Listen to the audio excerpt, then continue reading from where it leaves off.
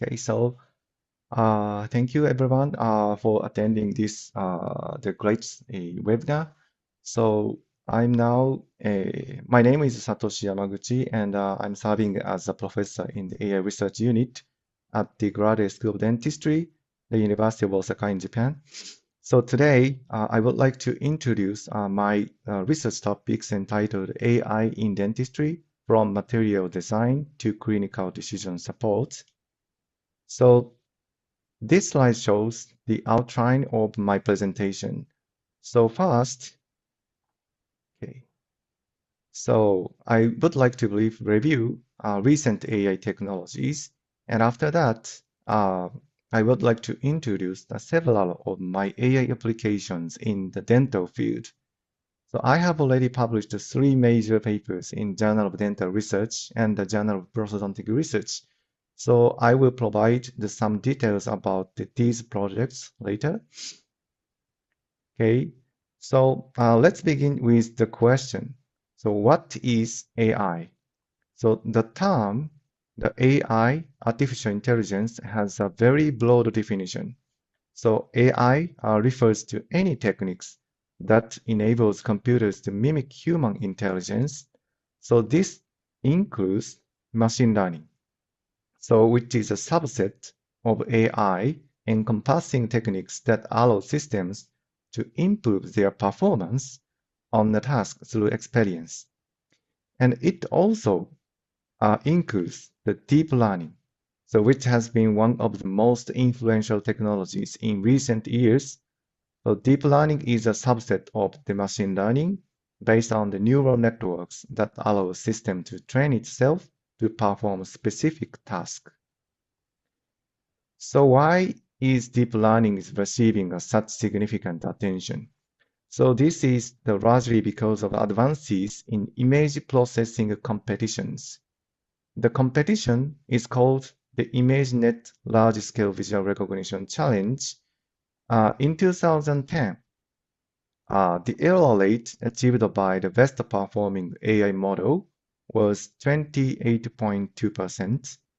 However, 2 years later, the AlexNet, developed by the Professor Jeffrey Hinton and his team at the University of Toronto, reduced the error rate was to 16.4%. So this result was dramatically different from a previous performance level. Then, 3 years later, an even more significant breakthrough occurred, LessNet, so developed by the Microsoft, achieved an error rate of 3.56%, so which is lower than the human error rate of 5.1%. This is the main reason why AI, particularly deep learning, has received such significant attention in recent years. And 3 years later, in 2018, Professor Hinton received the A.M. Turing Award. So the A.M. Turing Award is often regarded as the Nobel Prize, kind of a Nobel Prize of computer science research field. In addition, he was awarded the Nobel Prize in Physics in 2024, so which is truly remarkable. So however, at that time, he began to recognize the potential risks associated with the widespread use of deep learning technologies. So he was employed by the Google company at that point, but in 2023, he decided to leave the company in order to speak more openly about the risk of AI. This had a major impact on the global AI community. So these are the related papers published by his team. So this one, in particular, focused on the deep learning technologies. And as you can see, it has now been cited more than 170,000 times. So this is truly remarkable. And for comparison, Albert Einstein published 1,044 research papers during his lifetime, and his total citation count was now approximately 180,000. So, but this is based on just one paper, so which has been cited 170,000 times. This is truly remarkable. And this is Professor Fei Fei Li, whom many of you may already know. So she is a professor of computer science at Stanford University here. And what she accomplished was the preparation of the image dataset used to train the AI system in the competition I mentioned earlier. So she curated the input data by collecting the images from the internet, and I believe this represents an excellent strategy for creating a major social impact. So this paper has already received the more than 50,000 citations, and the number continues to grow. I think this is also a highly effective approach. And 1 year later, in 2016, the Google developed an AI system to play the game of Go. This system known as the AlphaGo, so was created by Google and competed against a professional Go player, Lee Sedol, from Korea. So he attempted to challenge the system, but unfortunately, he was defeated. And 3 years later, in 2019, he decided to retire from professional Go position because he realized that he could no longer surpass AI. So this outcome was reported in Nature. The paper has also been highly cited now, with approximately 20,000 citations. This is also the big impact for the society. And this shows the results of the PubMed search focused on specifically on the dental field. So using the keyword AI, artificial intelligence, and dentistry for the period from 2019 to 2024. So we found more than 6,000 published papers. And then narrow the search using more specific keywords from most general to the most specialized term. So machine learning is a subcategory of AI, and deep learning is a subcategory of machine learning. And the latest the development such as ChatGPT fall under the generative AI, so which is a subcategory of deep learning. Even in these narrow areas, more than 1,000 papers have already been published. Therefore, I believe this is an excellent opportunity for the dental community to engage in this research field. So, and this slide shows the number of presentations at the most recent IADO meeting.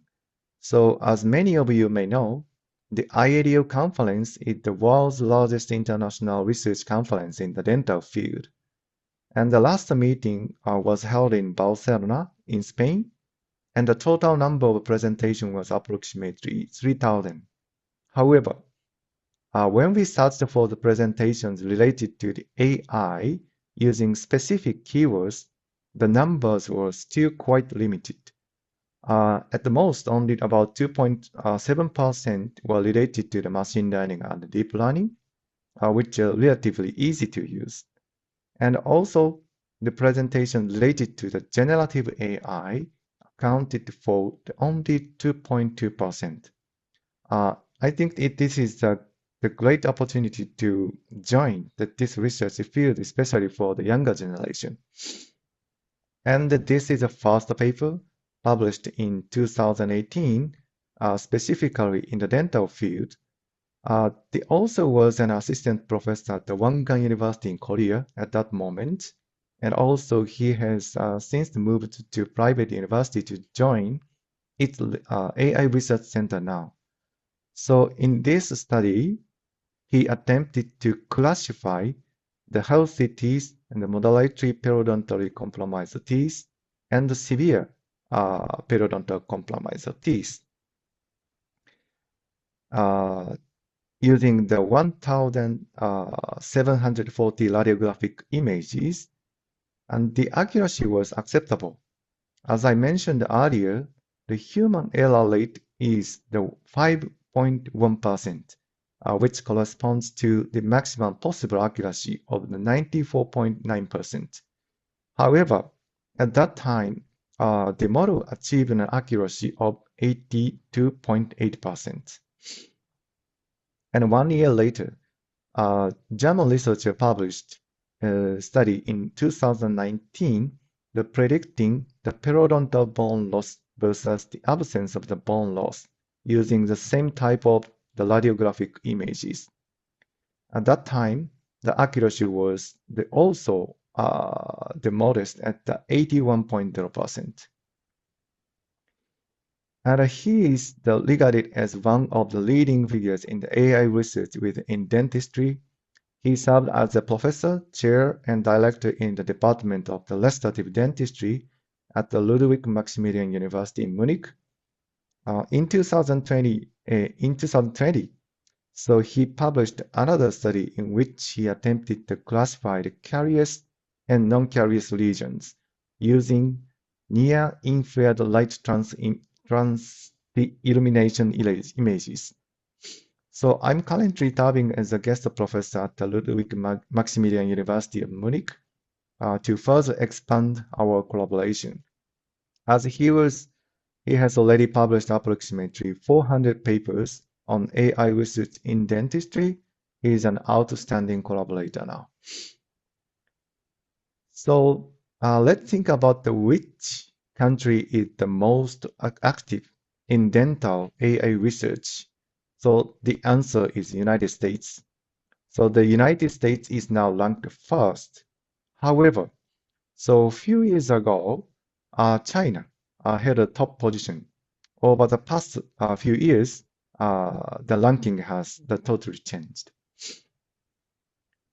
So this is the main reason why the United States is now the leading position, largely due to the OpenAI company.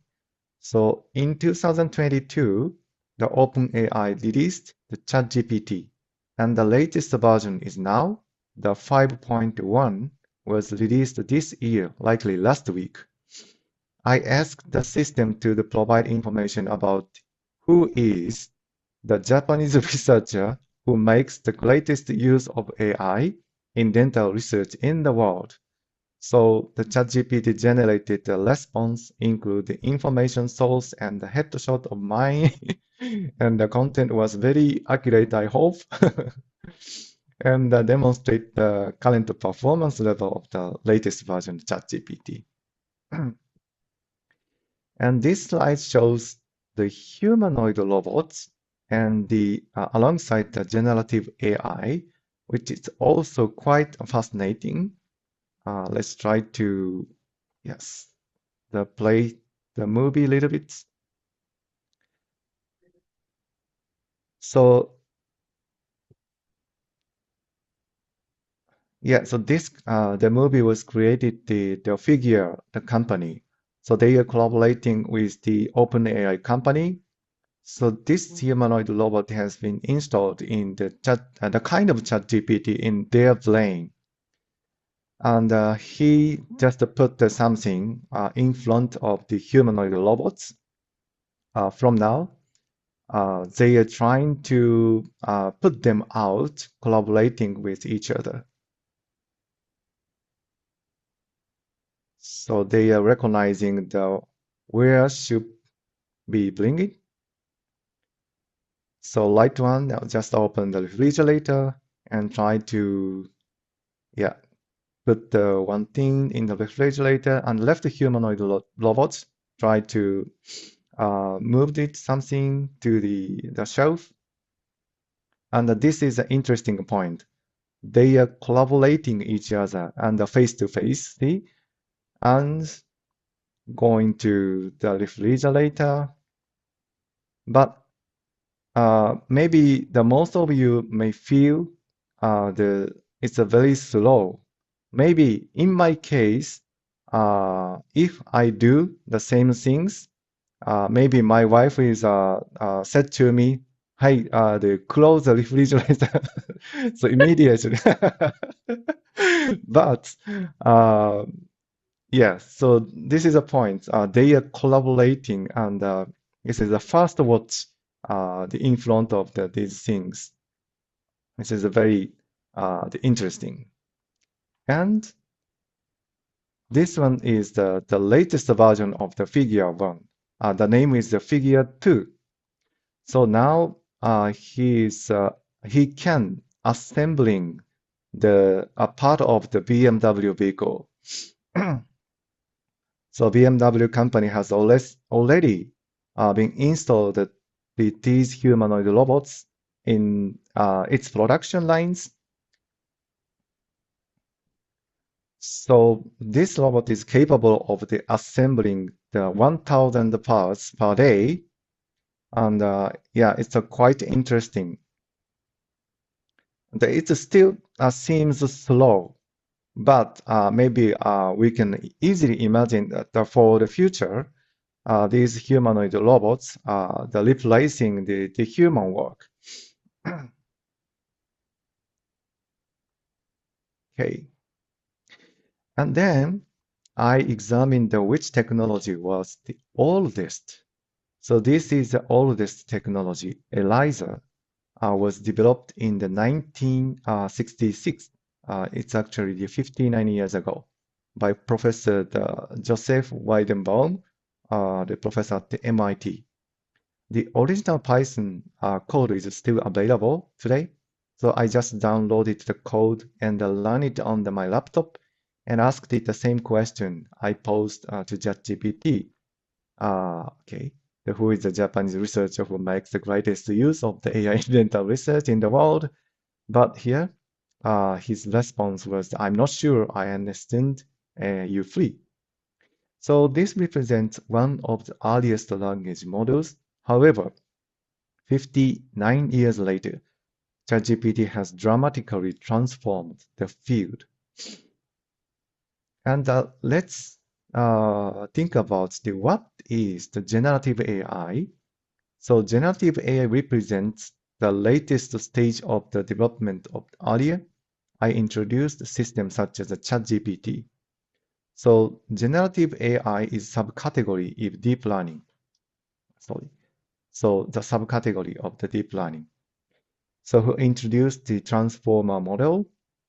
So he designed this architecture for natural language processing in 2019. The defining feature of the generative AI is ability to produce the new contents. So here's an example of using the generative AI to achieve super resolution from the low resolution image. By learning the process of adding the noise to low-resolution image, the generative AI model can subsequently produce the high-resolution images. It has a many potential for the dental field also. And this example is impressive. It was developed by the Microsoft and the system called the VESA 1. This technology can generate a video from a single headshot. By simply uploading a photograph, the system can produce a highly realistic video with synchronized speech. You can easily replace the headshot. Maybe I should mute. Just a moment. Yeah, so you can easily replace the headshot and customize the text according to your preference and even modify your voice. What makes it particularly impressive is that it can alter the facial pose and the general natural movement from a single static image combined with speech audio clip.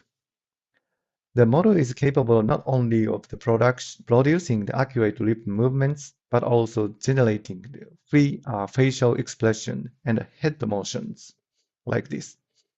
Because of the potential risks associated with these technologies, Microsoft has decided not to release the source code publicly to ensure safety and prevent misuse. And here is the result of the National Dental Examination in Japan from 111 to 119th, 17th, 117th exam.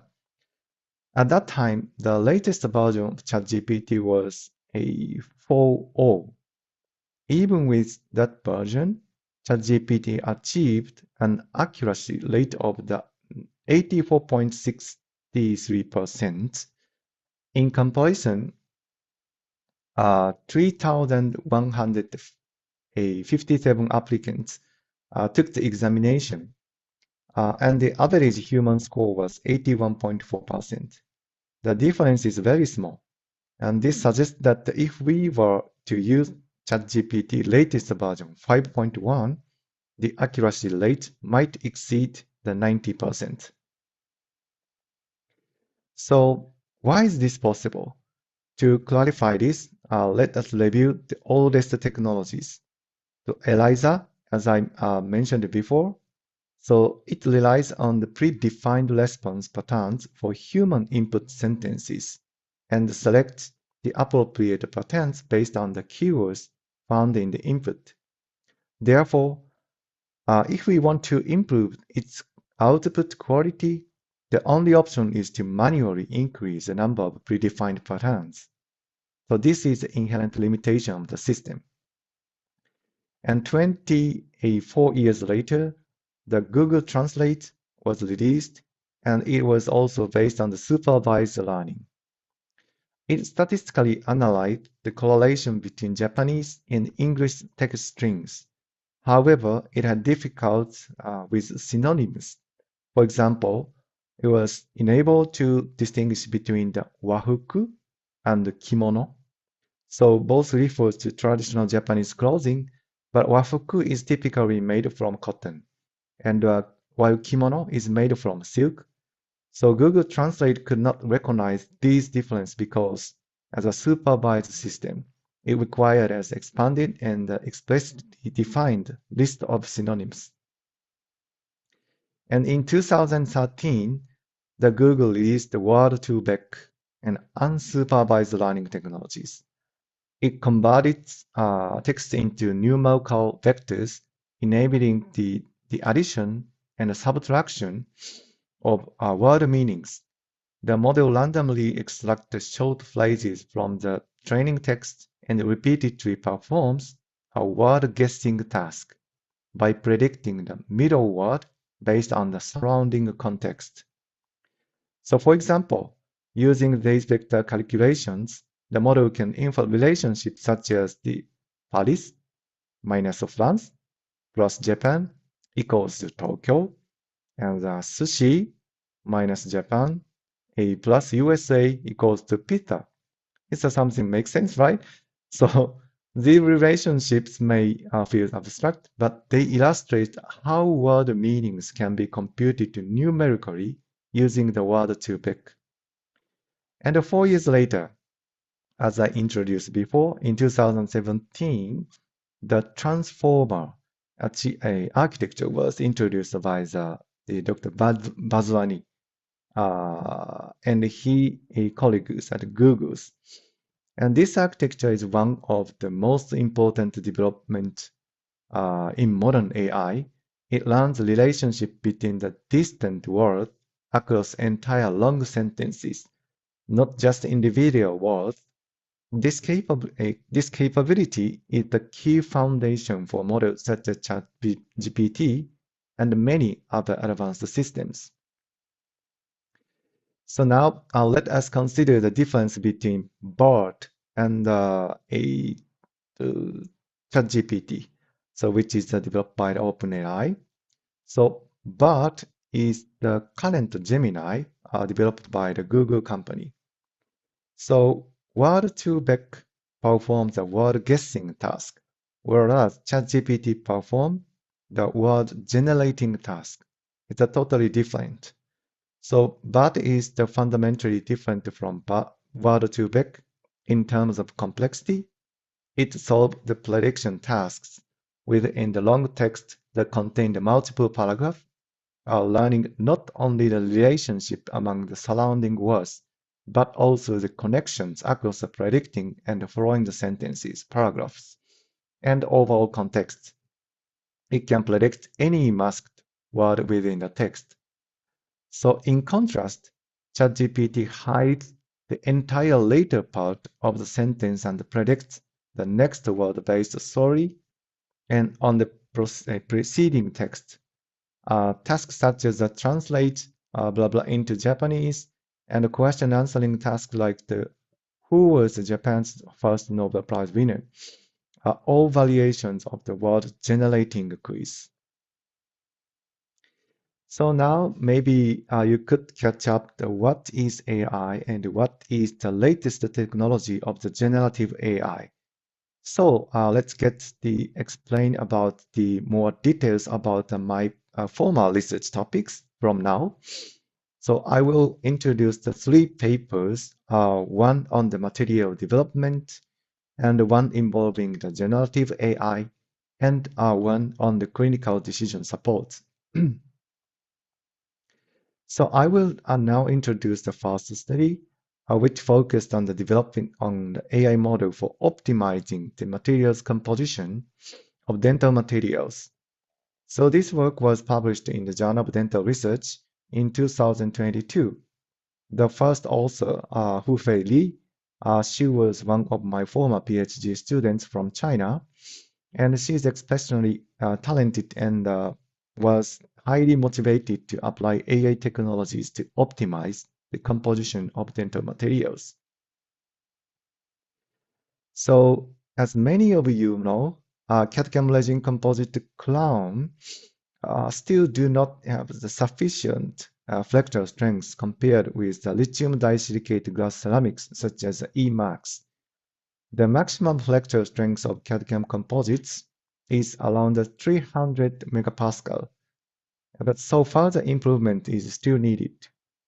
In this study, she developed an AI model that predicts the flexure strength based on the materials composition data. And more importantly, the model is capable of the inverse prediction, identifying the appropriate materials compositions required to achieve a desired flexure strength. So we constructed the model using the following data sets from the literature. We prepared the 12 commercially available CAD/CAM resin composite blocks.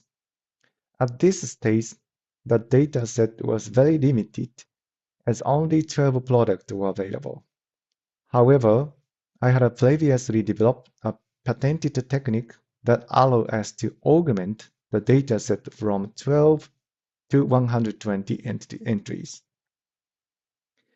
So using this expanded data, we applied the GBDTA algorithms. It's a kind of machine learning method and achieved an accuracy of the 99.8%. So after developing this initial AI model, we attempted to predict the flexure strength for all possible materials combinations, which resulted in approximately 400,000 combinations. So we then selected and compared the highest and lowest predicted value. So these are the results.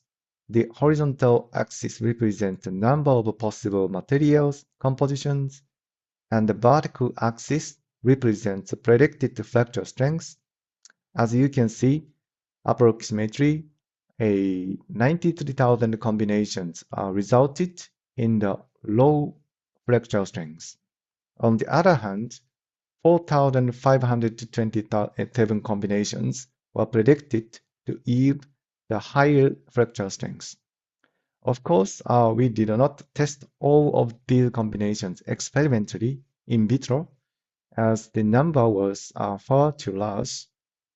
So after screening up the full set computationally, so she finally identified the optimal composition. The predicted flexure strength for this formulation was 269.5 megapascal. And the optimal composition included silicon dioxide, filler in the barium glass, a methacrylate-based mixed filler, and aluminum oxide. And the recommended monomer was the UDMA, and the filler content should be between 82 and 85 weight%. And this is interesting. So after she completed her PhD program, I asked to ChatGPT the same questions. So to suggest the optimal materials composition required to achieve the highest possible fractal strength using exactly the same data sets. So ChatGPT produced results that were remarkably close to hers. So it provides these suggestions in about 1 minute, even though she had spent 4 years completing her PhD research. But this is just the situation. She actually has many of the know-how, how she could find out the specific composition from a match amount combinations. But just it's how to say the great impact from the ChatGPT. Yeah. So and it proposed composition was almost entirely accurate. It's just 1 minute. And this is a paper I published in 2019. As you may recall, the earliest paper in the field was published in a 2018 by a group in Korea. And my paper came out 1 year later. However, this study was also published in the Journal of Dental Research, which is the highest ranking scientific journal in the dental field. At that time, I collaborated with visiting scholars from Ankara University in Turkey, as well as several colleagues from the Department of the Prosthodontics. As many of you know, calcium resin composite crowns are not lithium disilicated glass ceramics. They are composite materials that can be fabricated using calcium systems. But unfortunately, calcium resin composite crown cemented on human dentin tend to debond at that time. Also, the situation has improved in recent years. Debonding was still common around 2017. So for example, the debonding rate of certain calcium composite crown reached 7.5% within 20 months. Compared with other all-ceramic crown and metal ceramic crowns, this rate is considerably higher. And one of the main reasons for debonding is inappropriate preparation of die shape, which has been identified as a contributing factor. So I just came up with an idea. Perhaps we could develop a deep learning model to predict whether a crown will debond or remain trouble-free based on the die shape. So today, the most dentists use the intraoral scanners to capture die morphology, so which means the hospitals possess a large amount of three-dimensional data set. So I realized that this type of data set could be used to train an AI model, I mean the deep learning model. And this is what I set out to do. So I extracted a single die shape from each 3D model because the data was three-dimensional, and the model could be freely rotated on the computer. By changing the view direction, I was able to generate a large number of images from a single die. In this way, I created 8,640 images in total for deep learning, 6,480 images for training, and 2,160 images for testing. So this slide shows the structure of convolutional neural network. It's a deep learning. A convolutional neural network is one type of deep learning architecture. So I will not go into the technical details here, but this model represents a very basic structure. So when we input the 100 by 100 pixel images, the deep learning model predicts whether the case will be trouble-free will be resulted in a debonding. So this model achieved an accuracy of 98.5%. Let me explain the key reason behind this high performance. So in this study, I used only 2,160 images to classify two categories. In contrast, back in 2015, Google company attempted to classify 8 million categories using the 200 million images. The scale is completely different, and my task was far simpler. And therefore, if you do not have a large dataset for AI training, one practical strategy is to reduce the number of classification categories. So this is the important point. And this is the third study. It was conducted by one of my former PhD students as well, so who aimed to develop an AI model for categorizing the implant drilling protocols according to bone quality based on the CBCT data. So these three individuals were undergraduate students who had an opportunity to join our laboratory for 6 months to gain research experience, and they also wished to work on a related project here. And as you know, this photo shows implant surgery.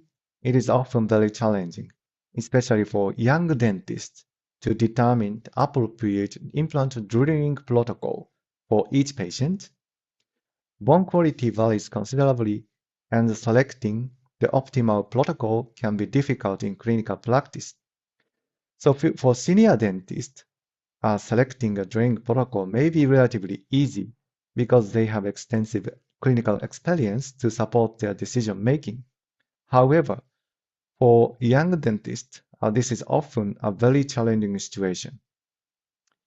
And primary stability is also a critical factor for achieving the long-term implant success, and it depends heavily on which drilling protocol is used for each patient. So we then developed the idea that CBCT images might be used to categorize or predict which drilling protocol is most appropriate. So in total, we had only 27 cases, which is not large number. However, many hospitals routinely acquire CBCT images immediately after the implant surgery. So by reviewing these post-operative CBCT images, we can clearly confirm that the implant position. Based on this, we extracted the region of interest from the surrounding bone and used these images dataset to train the AI model. So this figure shows the drilling protocols used in this study. Protocol A is the conventional protocol with the tapping drill, and Protocol B, the conventional protocol without tapping drill, and Protocol C, the undersized drilling protocol. The differences among these images may appear subtle, but it is extremely difficult to determine which drilling protocol should be used in the actual clinical situation. So we eventually prepared 225 slices for each category. So this slide shows the deep learning architecture used in this study. So this is the Professor Jan Lucan from New York University. And he's also employed at the Meta company as the vice president. And some of you may have met him at the Center for the Data Science on the 8th Street in the New York City. So he developed one of the earliest deep learning architecture in 1989, and later received the AM Turing Award in 2018 together with Professor Hinton. So at that time, he was Professor Hinton's PhD student, and his early work focused on classified the monochrome handwriting characters. So as first step, I attempt to use well-known deep learning models such as GoogleNet and the ResNet from Microsoft. However, these models are optimized for color images, and they performed poorly when applied to CBCT image like this. So I then searched for the more suitable architecture and realized that the Professor Yandukan model was originally developed for the monochrome handwriting character recognition, so which aligned well with the CBCT grayscale images. Therefore, I applied the CBCT data to the Linet 5 architecture developed by Professor Lucan, and it worked successfully. So finally, the resulting accuracy was 94.7%, which is very encouraging. And when we use the deep learning technologies, we must always be aware of certain limitations.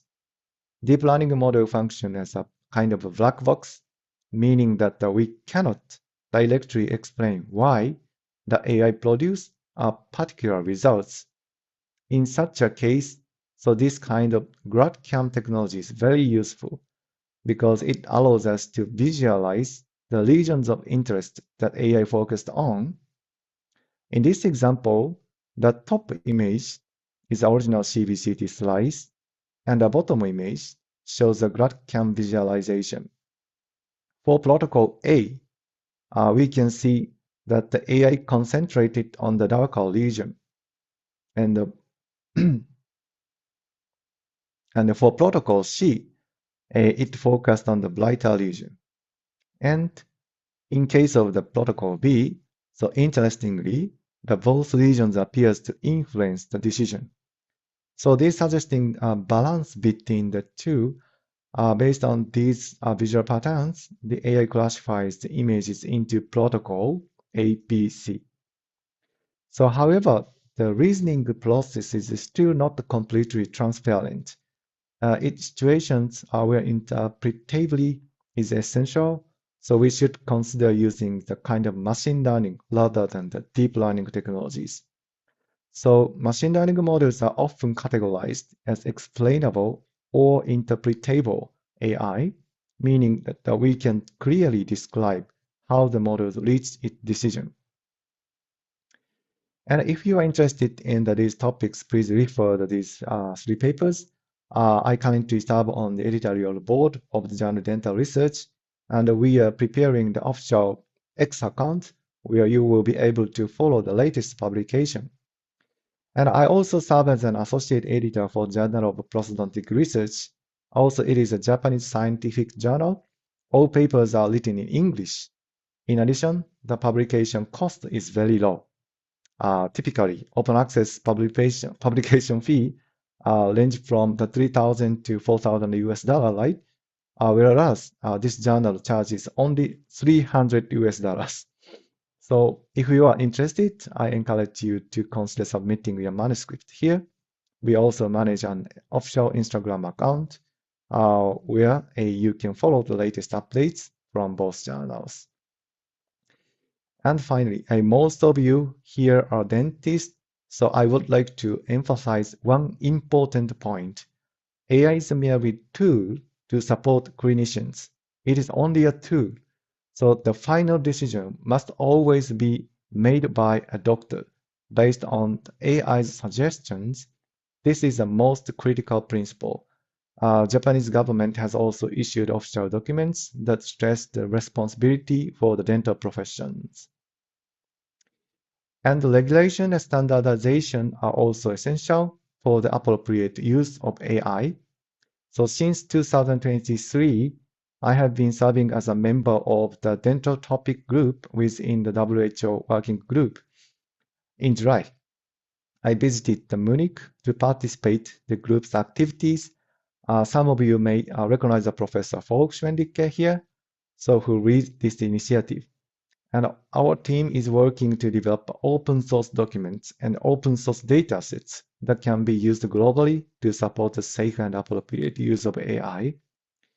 And I also serve as an expert in ISO TC 106 Working Group 13, which operates directly under ISO Dentistry.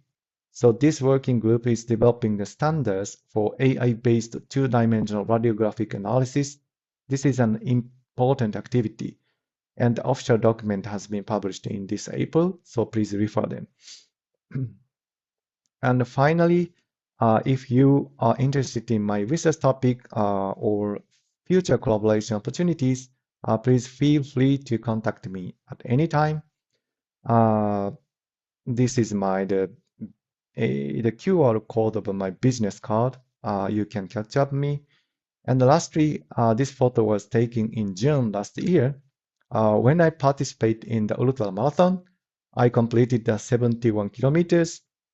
Before the race, I asked to ChatGPT to suggest an appropriate training program, and I just followed the recommendation exactly. And as a result, I successfully finished within the time limit of 11 hours. My final time was 10 hours, 59 minutes, and 59 seconds. So just 1 second before the cutoff, and I was the last finisher, but I crossed the line. And thank you for your listening, and concludes my presentation. Thank you.